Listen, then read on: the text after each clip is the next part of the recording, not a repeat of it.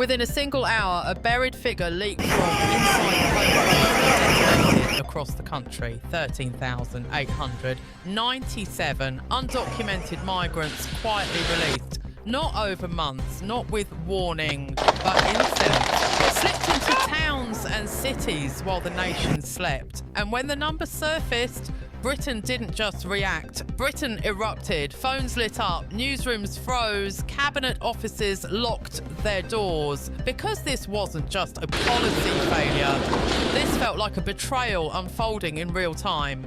Within hours, social media exploded with fury and disbelief. Parents asking why they were never told, councils scrambling for answers they didn't have, MPs blindsided, some openly admitting they had no idea this release was happening at all.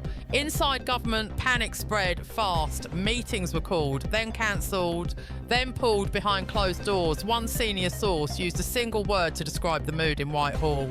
Chaos. This wasn't supposed to come out like this. The plan, according to insiders, was to drip feed the truth slowly. Numbers softened, language blurred, responsibility diluted. But something went wrong. A document leaked, a figure confirmed, and suddenly the scale of it all was impossible to hide. 13,000 lives released into a system already collapsing under pressure, while ministers stood at podiums talking about control and security. The contrast was brutal, the timing explosive, and the public reaction unforgiving. Across the country, anger ignited, not frustration, but raw fury. People who had trusted promises now felt humiliated. Polls showed confidence collapsing almost instantly. Call centres were overwhelmed. Local leaders demanded emergency briefings. And behind it all loomed a single question that no one in power could answer clearly.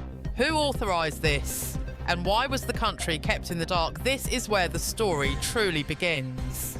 Because what happened next inside government corridors shocked even seasoned observers. A late-night emergency meeting was called, drawing in senior ministers, advisors and security officials. Voices were raised. Accusations flew. One insider described it as a moment where loyalty shattered and fear took over. Some demanded damage control. Others demanded resignations, and a few very quietly began asking whether this decision had crossed a line that could never be uncrossed. The Prime Minister's office released a statement within minutes. Carefully worded, cold, defensive, it spoke of processing pressures and temporary accommodation constraints. But it never addressed the core outrage. It never explained why such a massive release had happened without parliamentary scrutiny or public warning. That silence only poured fuel on the fire. Commentators called it arrogance. Critics called it deception. Supporters went quiet. Meanwhile, inside the palace, sources say concern was growing. Not political concern, but constitutional unease. When public trust collapses this fast, it doesn't stay contained, it spreads. It reaches places no government wants it to reach. And tonight, whispers began circulating that this crisis had already gone far beyond immigration. It was becoming a test of authority, honesty, and the very contract between state and people. By dawn, the damage was no longer containable. What began as a leaked figure had hardened into a national reckoning. Radio phone-ins turned into confession booths of rage and fear. Ordinary people spoke with shaking voices, not about ideology, but about trust being broken again. They had listened to speeches about borders, control, firmness, resolve. They had watched ministers pound lecterns and promise order. And now in the cold light of morning, those words lay in ruins. 13,897 people had been released into a system already described by officials themselves as overwhelmed. That contradiction cut deep. It felt personal. It felt like being lied to while being asked to stay calm. Inside Westminster, the atmosphere thickened. MPs arrived early, some already furious, others visibly shaken. One backbencher was overheard saying this was the moment everything slipped, not because of the number alone, but because of the secrecy. The sense that decisions of enormous consequence were being made behind closed doors, shielded from scrutiny, then revealed only when exposure became unavoidable. Committees demanded answers, briefings were scheduled and then abruptly postponed. Journalists paced corridors waiting for someone, anyone to speak plainly.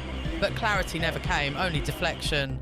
The Home Secretary's department became the epicentre of the storm. Officials were summoned in rapid succession. Senior civil servants faced questions they couldn't answer without incriminating someone higher up the chain. Was this a failure of planning or a deliberate release to ease pressure before winter? Had legal limits been reached? Had warnings been ignored? Each answer raised more questions, each denial sounded rehearsed, and every minute of hesitation fed the public belief that the truth was being rationed. Then came the numbers behind the number. Local councils revealed they had received no notice, no funding assurances, no capacity assessments. Charities spoke of being blindsided. Police representatives warned quietly about strain, not chaos, but strain that builds until it snaps. And in the background, a single uncomfortable fact hovered over every discussion. This release did not happen in a vacuum. It happened after months of missed targets, failed schemes, and promises that never materialised. The system hadn't just cracked. It had been pushed until it gave way. Media pressure intensified. Front pages screamed betrayal and breakdown. Evening bulletins opened with the same stark line, repeated again and again until it burned itself into the public mind. Released without warning, analysts tried to calm the tone, but the emotion was already out of control. Anger doesn't wait for context, it reacts to feeling ignored. And right now, millions felt ignored. They weren't debating policy details, they were asking a simpler, darker question. If this can happen without us knowing, what power do we really have left? Even within the ruling party, discipline began to fray. Normally, loyal voices spoke out carefully at first, then more boldly. One senior figure warned this could become a defining moment, not just electorally, but morally. Another hinted that resignations were being discussed not as sacrifice, but as survival. When leaders lose credibility, panic sets in. And when panic sets in, mistakes multiply. Late that evening, an unconfirmed report began circulating. A claim that a confidential memo sent weeks earlier had warned of exactly this outcome. That ministers had been told the releases were inevitable unless emergency action was taken, that the warning was acknowledged, then quietly shelved. The government refused to comment, but they didn't deny it either. And in politics, silence is rarely neutral, because if a warning was ignored, this wasn't mismanagement, it was choice. And if it was choice, then accountability is no longer optional, it becomes unavoidable. The question now gripping the nation is no longer how this happened, but who knew it would happen and chose to let it happen anyway. By the third day, the crisis stopped feeling like news and started feeling like history being written in real time. The language changed. Ministers no longer spoke with confidence, only caution. Every appearance was tighter, shorter, defensive, bodies stiff, eyes scanning for traps. The government wasn't leading the story anymore. It was chasing it step by step, scandal by scandal, trying to stay ahead of a public mood that had turned cold and unforgiving. This was no longer about immigration numbers. It was about power losing control of its own narrative. Behind the scenes, sources described a government split down the middle. One faction pushing for transparency, arguing that the only way out was full disclosure, names, dates, decisions laid bare. Another faction dug in, convinced that admitting the scale of failure would collapse authority completely.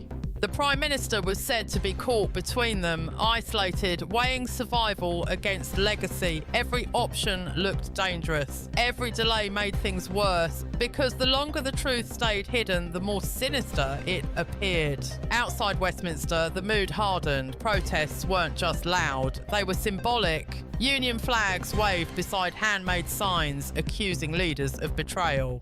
Veterans spoke of sacrifice, parents spoke of safety. Immigrants themselves were dragged into a storm they did not create, becoming faces in a debate driven by secrecy and fear. The country felt fractured, not along party lines, but along something deeper. Trust versus disbelief, authority versus consent, the people versus those who claimed to govern for them.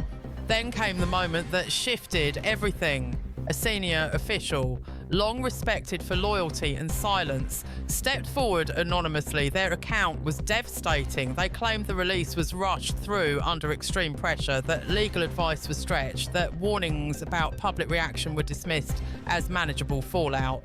According to this source, the calculation was simple and brutal. Short-term outrage was preferable to long-term collapse of the system. It was a gamble, and it failed. That revelation sent shockwaves through every institution,